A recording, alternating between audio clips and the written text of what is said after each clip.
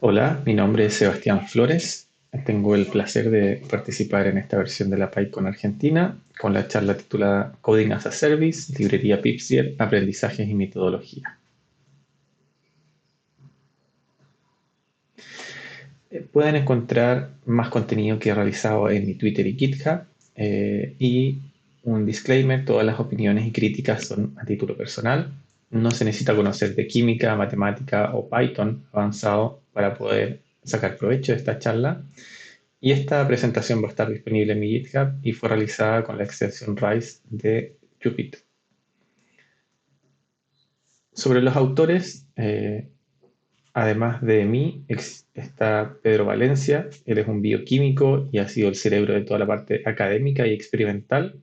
Por mi parte, tengo una formación de matemáticas aplicadas y me he encargado de la parte de la implementación y del software. El origen del proyecto fue una tarea dentro de un curso mientras estaba en la universidad. Pedro estaba realizando su doctorado y colaboramos en la implementación numérica de un conjunto mucho más simple de ecuaciones para una reacción química en específica eh, dentro de esta tarea. La colaboración fue muy interesante y fue muy provechosa y decidimos seguir trabajando. Realizamos otras implementaciones para nuevas ecuaciones, siempre trabajándolas en MATLAB. Y me di cuenta que realizar estas implementaciones en MATLAB era muy tediosa, había que repetir mucho código, cada nueva reacción química requería copiar todo un set de archivos, hacer cambios y volver a editarlos, por lo cual era bastante tedioso en términos de desarrollo, un poco flexible. En el año 2009, 2 años después del origen de la colaboración, realizamos la implementación en Python con un código genérico, lo transformamos en una librería, lo cual permitió que tuviera una interfase más simple y se pudiera instalar. Las reacciones químicas estaban definidas como funciones y podía existir un número arbitrario de sustancias. Y también tamaño de partículas, como vamos a ver, que se puede definir de manera bastante flexible. El impacto de esta colaboración que hemos mantenido durante ya más de 10 años ha sido de 9 publicaciones y una librería de código abierto y en constante evolución. Y por supuesto muchos aprendizajes para ambos en términos de cómo desarrollar esto y qué es lo que queremos presentar en esta charla. Ahora, el problema es que Pedro no conocía Python. Actualmente tiene un nivel de usuario básico. Yo me encargo de desarrollar la librería y Pedro más bien de usarla. Y yo tengo pocos conocimientos en bioquímica. O sea, cada uno quiere colaborar con su conocimiento y el eh, que trae desde su trasfondo. El problema es cómo colaborar de manera eficiente. Creemos que no existe mucha información y mucho conocimiento al respecto y queremos aportar lo que nosotros hemos desarrollado en ese sentido. Existe un problema quizás un poco más general que tiene que ver con cómo entregar de manera sencilla un código como servicio. Eh, Pensémoslo con un ejemplo un poco más simple y concreto. Eh, ¿Cómo podrías entregar código de una manera tan sencilla que se la pudieras explicar a tu abuela? ¿Sí? Por ejemplo, si tuvieras el desafío de calcular cuántos días faltan para el próximo cumpleaños, ¿cómo podrías hacer un código y entregarle eso a tu abuela de manera sencilla, asegurando que ella pudiera utilizarlo a distancia, sin que tú estuvieras al lado explicándole cada paso? Es un desafío bastante complejo, en el sentido de que realizar el código puede ser muy sencillo. Esta tarea probablemente para usuario de Python le puede tomar 15 minutos, media hora solucionarlo, pero el deployment, en entregar el código a un tercero y que lo use correctamente, es un poco más complejo si es que no ponemos cierta atención. Una solución para este problema específico de la abuela podría ser, por ejemplo, hacer una librería específica y decirle que presionara play, ¿verdad? Con eso instalamos la librería de manera muy sencilla en un Google Colab y después se usa la librería, se anotan las fechas de los cumpleaños y después se simula y así sabemos quién es la próxima persona que tiene un cumpleaños y cuántos años cumple. Podríamos aquí incluso haber puesto cuáles son los regalos ideales, pero resulta sencilla la utilización. Podríamos agregar eh, más información eh, o podríamos actualizar la información si existiera algún error y sería muy fácil de editar. Ahora, el problema que nosotros buscábamos resolver con Pedro era distinto. Tenía que ver con un líquido en el cual existen ciertas partículas. Esas partículas son porosas y en su superficie tienen enzimas que permiten una reacción química. La fase líquida tiene una cierta denominación y asumimos que es constante porque está siendo agitada. Existen ciertas partículas de distintos tamaños donde la concentración de las sustancias depende del radio y el radio tiene una cierta distribución. El problema matemáticamente se puede expresar como un sistema de ecuaciones diferenciales parciales con condiciones de borde, con condiciones iniciales. Es una relación bastante compleja en el sentido de que cada partícula con un radio distinto tiene un perfil de concentración distinto y estos se tienen que ponderar de cierta manera con ciertas esperanzas a partir de las frecuencias con las cuales se encuentran. Y ha sido un desafío el poder implementarlas de manera sencilla para que se puedan usar por parte de los usuarios. Así es como se vería, por ejemplo, la evolución de la concentración en el tiempo. Tenemos que en el líquido existe una disminución de los sustratos que se van consumiendo o aumento de los productos que se van generando. Dentro de cada partícula de distinto tamaño, aquí en este caso R1, R2 y D3, tenemos distintos perfiles que se van generando porque el tamaño de la partícula hace que la relación entre la reacción y la difusión sea distinta. Donde el comportamiento está gobernado por las ecuaciones que mostramos anteriormente, hasta que se consume totalmente el sustrato o ya se produce el producto que se necesita. Los desafíos técnicos que encontramos para poder implementar estas ecuaciones numéricas son bastante tradicionales, cómo discretizar las ecuaciones, cómo realizar la implementación numérica, cómo resolver con ecuaciones químicas distintas y número arbitrario de sustancias. Estos son problemas que no fueron tan difíciles de resolver porque tienen una solución directa y conocida. Se pueden discretizar las ecuaciones usando diferencias finitas en el tiempo y en el espacio. Es necesario asegurar la estabilidad numérica dependiendo de los inputs que se usen para la GDP. Y se puede hacer una implementación flexible con Python, NumPy y Matplotlib. Algo que quizás no mencioné es que se usan estas partículas con estas enzimas dentro del líquido para poder después, mediante un sedazo, mediante un colador, recuperar estas partículas con las enzimas, cosa que no se podría haber hecho si es que la enzima estuviera directamente disuelta. Entonces, hay un interés de recuperar las enzimas que típicamente son caras y se pueden reutilizar en múltiples experimentos. Existen otros desafíos organizacionales para los cuales no existe tanta información, como el cómo se debe colaborar, cómo se puede distribuir el código, cómo se puede hacer fácil la utilización del código, qué se puede hacer para que las simulaciones sean reproducibles, cómo se debe documentar el código, cómo se pueden almacenar los resultados de las simulaciones.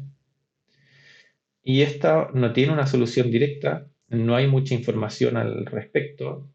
Cada equipo lo resuelve de maneras independientes con aproximaciones que han desarrollado en el tiempo, pero existen muchas herramientas que nos simplifican la vida y que es parte de lo que queremos presentar en esta charla.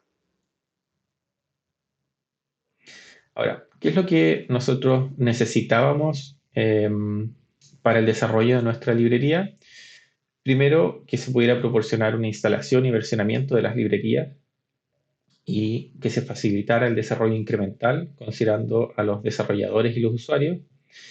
Permitir, por supuesto, una buena documentación para poder facilitar el uso de la herramienta y el desarrollo incremental. Exponer una interfase simple al usuario que escondiera todos los elementos de la implementación numérica, que es bastante compleja, y que por lo tanto proporcionara una curva de aprendizaje apropiada. Permitir reproducir, almacenar y compartir los resultados de simulación y que se puedan usar recursos computacionales en la nube de manera sencilla. Para resolver estas preguntas, la aproximación que nosotros tomamos fue la siguiente. Respecto a la instalación y versionamiento de las librerías y el desarrollo incremental, utilizamos una estructura de proyecto de Python que permitiera hacer una librería instalable desde PyPy o desde GitHub, de la misma manera que vimos que se podía usar, por ejemplo, en Colab. Eso requiere seguir una serie de convenciones en términos de cómo se estructuran las carpetas, los archivos que tienen que existir, el archivo setup.py, pero finalmente permite que se pueda registrar como una librería formal y que se pueda instalar directamente por pip o directamente desde GitHub. Respecto a la documentación, la solución fue utilizar Read the Docs, que es una plataforma que se puede conectar directamente a GitHub. Requiere nuevamente que existan una serie de convenciones que se respetan en términos de cómo se documenta el código y los archivos donde tenemos ciertas explicaciones y texto para los usuarios. Y es bastante sencillo de usar. No se requiere ser un usuario muy avanzado para poder, por ejemplo, si uno encuentra un error, apretar el botón de editar en GitHub y de esa manera editar directamente la página con el contenido en este formato de RST. Directamente desde GitHub ni siquiera es necesario saber sobre Git, sino que se edita directamente en la página de Git. En relación a las necesidades de exponer una interfase simple al usuario final y permitir reproducir, almacenar y compartir resultados de simulación, la aproximación que tomamos fue que la librería tuviera unos pocos métodos muy específicos. Esos métodos son generar una nueva simulación a partir de ciertos inputs y opciones gráficas o cargar un archivo de simulación que ya existía previamente. Existe el método principal, que es el de simular, donde existen dos opciones de simulación que vamos a ver más adelante, y ciertos métodos que permiten saber cuál es el estatus de la simulación, poder guardar en un archivo, que es el que se complementa con este archivo de carga, con este método de carga, poder graficar o poder exportar archivos en distintos formatos. Y respecto a reproducir, almacenar y compartir resultados de simulación y usar uso de recursos computacionales en la nube, el hecho de haber creado una librería permite que, por ejemplo, nosotros podamos simular con esta librería en Google Colab o en MyBinder y que se reconozca el ambiente que se está utilizando y las distintas librerías que están siendo utilizadas, pudiendo simular con las características que necesitamos en la nube y de esa manera poder utilizar esta librería incluso en notebooks o computadores que no tienen todas las capacidades o recursos computacionales. Ahora, hagamos una demostración de cómo funciona. Vamos a instalar directamente desde el repositorio que tenemos en GitHub. Podríamos haberlo hecho desde PyPy con la instalación de pip. Ahí está instalada la última versión. Vamos a definir ciertos inputs. Aquí tenemos la reacción, que está definida como una función dentro de Python, con ciertas convenciones de formato. Vamos a simular solo 30 segundos de reacción química.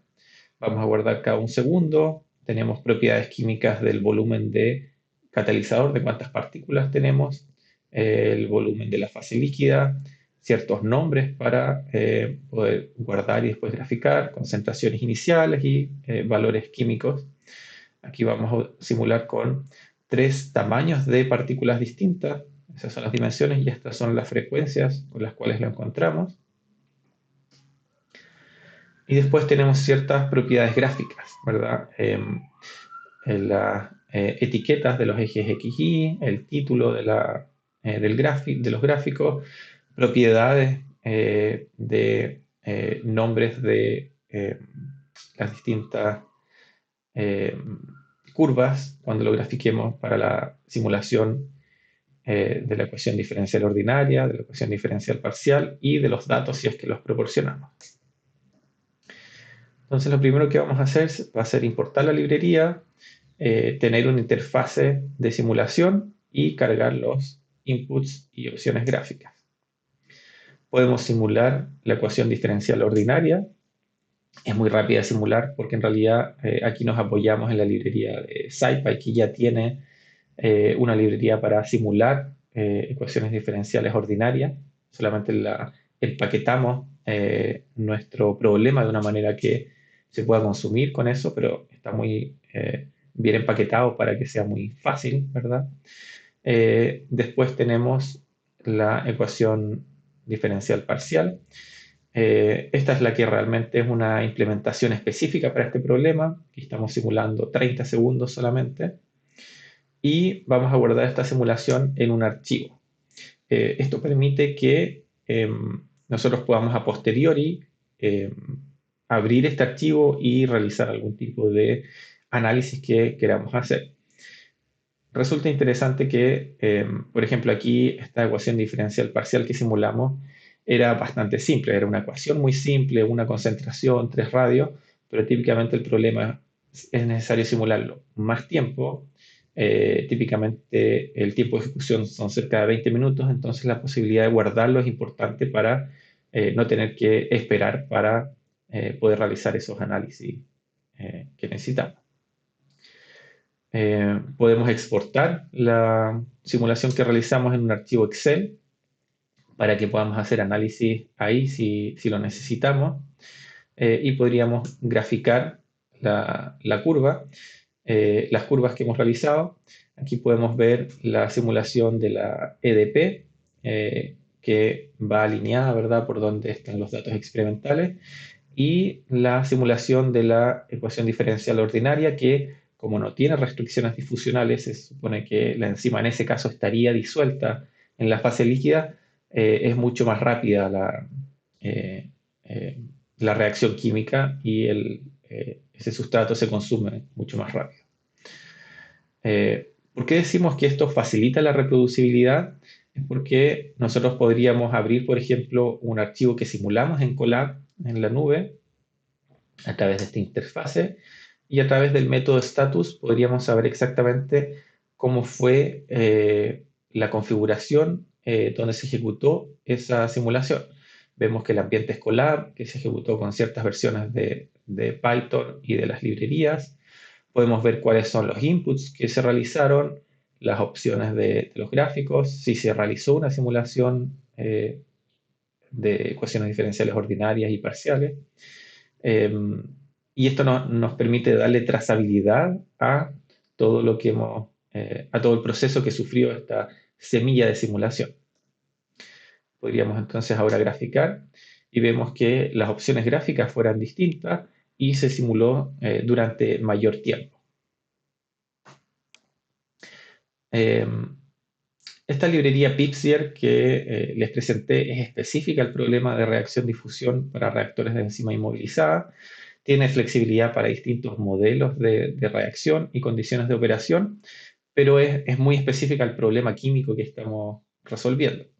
Sin embargo, hemos desarrollado y queremos proponer un framework de trabajo que tiene todas estas ideas, que se llama Generic Simulation Library, que está disponible en el GitHub y que tiene ciertos archivos genéricos que permiten definir estos métodos new, load, simulate, save, plot, export, donde es posible tener estas ideas y personalizarlas y configurarlas para cualquier proyecto personal que ustedes pudieran tener. Así, por ejemplo, la solución del cálculo de las fechas de cumpleaños, que es una librería específica que realizamos para esa demostración, la generamos configurando y personalizando este framework de trabajo de manera sencilla. En conclusión, todo lo anterior creemos que no es muy distinto a lo que se hace en una librería formal, una de las grandes librerías como NumPy, Pandas, ¿verdad? Y todas las librerías grandes que utilizamos. El gran aprendizaje es que todo proyecto puede usar las mismas librerías, herramientas e ideas. Aunque el equipo sea más pequeño y el proyecto sea más informal, podemos usar las mismas herramientas e ideas porque simplifican y mejoran la colaboración y nos ayudan a tener un mejor proyecto y hacerlo más interesante y atractivo para otros usuarios. Las herramientas que en general aconsejamos usar es, por supuesto, Git, además de un repositorio para almacenarlo como GitHub o Bitbucket, Read the Docs para la documentación, PyPy para poder tener esa instalación más sencilla para los usuarios finales que se puedan ejecutar en Google Colab o en MyBinder y una interfaz orientada a objetos para exponer una interfaz mucho más sencilla para los usuarios. Muchas gracias por la atención, espero que les haya gustado y les agradecería mucho que pudieran responder una encuesta en esa dirección para saber si hay algo que se pueda mejorar para una próxima presentación. Muchas gracias.